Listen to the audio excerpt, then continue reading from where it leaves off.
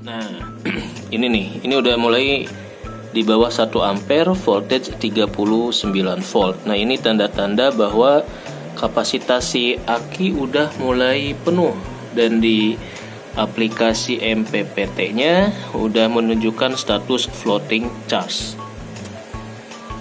Kita akan tes nyalain lagi masak air, apakah dengan floating charge ini bisa ditarik 300 watt hour ya di jam 13:04 lebih.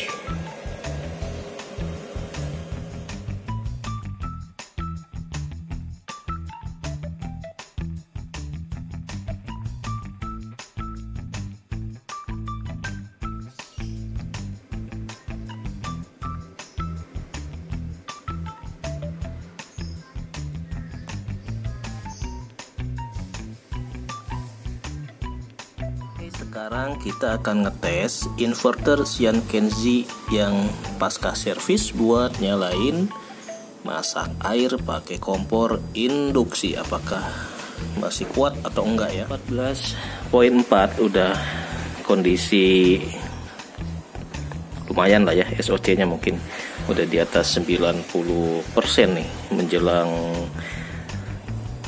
floating charge. Kita cek di wattmeter. Nah, ini kalau masih ada arus gede 2 ampere, berarti ini akinya kapasitasnya masih belum penuh-penuh amat ya, 38 volt. Tapi nanti kalau ampernya di bawah 1 ampere, voltage-nya udah 40, 41, nah itu berarti kapasitas si aki sudah stage-nya udah floating charge biasanya sih. Alias udah pengisian dengan float yang stabil, katanya begitu. Jadi dalam proses pengecasan aki itu ada beberapa tahap. Ada tahap pengisian cepat, ada tahap apalah gitu ya. Nah, tahap yang paling puncak itu adalah yang disebut sebagai floating charge. Jadi itu udah kondisi akinya top markotop, penuh banget. Nah, ini udah 39 2.2 ampere. Kita akan coba manfaatkan kondisi mendung buat masak air, ngisi termos buat ngopi-ngopi. Dengan prediksi masak air itu cuma 300 watt hour aja. Ini udah 700 watt hour, artinya input dari panel 600 tambah 100, 700 watt peak. Udah cukup buat kita manfaatkan, nggak akan bikin si akinya kelebihan output gitu ya. Nah, kuncinya kalau kita tahu masak air berapa watt hour, masak indomie berapa watt hour, jadi begitu lihat oh sekarang nih udah 700 watt hour, bisalah masak gitu.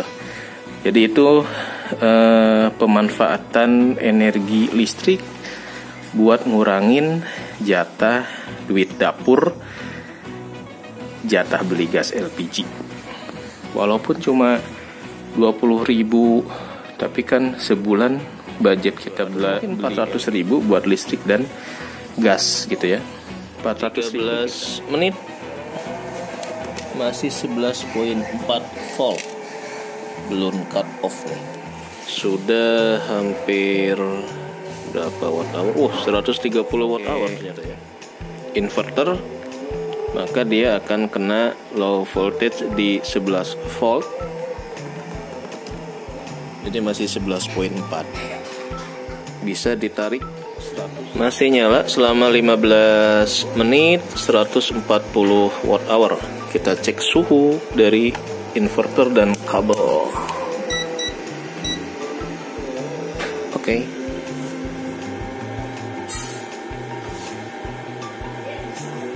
Normal 31 derajat Celcius.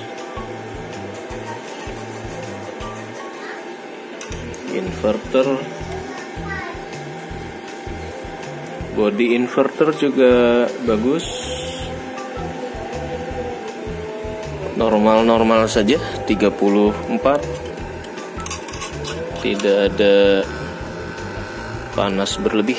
Sudah 15 menit. Iseng-iseng ngecek, asal jangan nyetrum ya. Coba di sini nih, wih, ini baru naik nih, 36, 37, nah 38, baru deh kalau di sekrupnya ya, 39, ya masih wajar lah ya kalau di bawah 40 gini. Kalau di atas 50 mungkin yang bikin anomali dari body inverter. Nah, pemakaian 15 menit membuat suhu body inverternya jadi 40 derajat. Ya, kenapa kabel dari aki ke inverter itu harus agak tebel ya? Ini nggak patut ditiru nih. Saya pakai kabel bawaannya si inverter yang cuma 10 AWG nih. Kita cek nih berapa derajat panasnya. 37, 38. Nah, ini yang bahaya kalau load besar kemudian durasinya lama ya. Kalau panas kemudian kabelnya bukan peruntukan buat arus DC, itu yang bahaya. 41 ternyata ya. Nah, sebaiknya pakai kabel yang memang ukurannya lebih besar biar panasnya lebih adem. 44 saudara-saudara, 45, 46. Nah, ini bahaya nih. Jadi kalau nanti lewat 50 kita stop aja ya. Artinya kabelnya nih ketipisan untuk durasi 700 ampere dengan menggunakan kabel cuma tipis gini. Udah 50 teman-teman, kita off kan aja.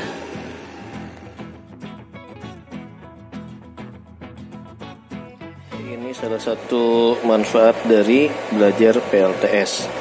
Jadi nggak cuma nyalain lampu, tapi kita bisa gunakan buat mengurangi budget dapur, dompet dapur untuk beli gas LPG mulai bisa kita kurangi nih. Nah, ini masak untuk panci kedua ya. Jadi masak air sepanci ini berapa liter ya? Mungkin 2 atau 3 liter kali ya. Kalau energi pakai listrik ini pasti boros karena 700 watt ya, gede banget. Nah, masak air yang dibutuhkan cuma 280 watt hour, atau ini setara dengan produksi dari 100 watt peak ya. Jadi dengan punya satu panel 100 watt dengan produksinya rata-rata 300 watt hours, itu udah bisa masak pakai kompor induksi seperti ini. Yang dibutuhkan cuma kompor induksi yang dulu saya beli 300 ribuan, pancinya yang bisa ditempelin besi khusus gitu ya, bukan yang aluminium. Nah, budget buat masak-masak nih, buat sekedar masak Indomie, ngegoreng-goreng bisa juga sih, cuma kalau goreng-goreng kan lama ya. Kalau masak air kayak gini nih di kebon gitu ya, kalau di kebon mungkin dengan aki 100 ampere hours udah bisa nampung energi sekitar 300 watt hour, kayaknya bisa tuh buat masak seperti ini. Oke, kita off kan. Nah, produksi dari 1000 watt peak hari ini dihasilkan sekitar 2,5 kWh. Jadi untuk pemakaian rumah tangga 2,5 itu udah sangat-sangat banyak banget ya. untuk nyalain AC bisa, pompa bisa, rice cooker juga bisa,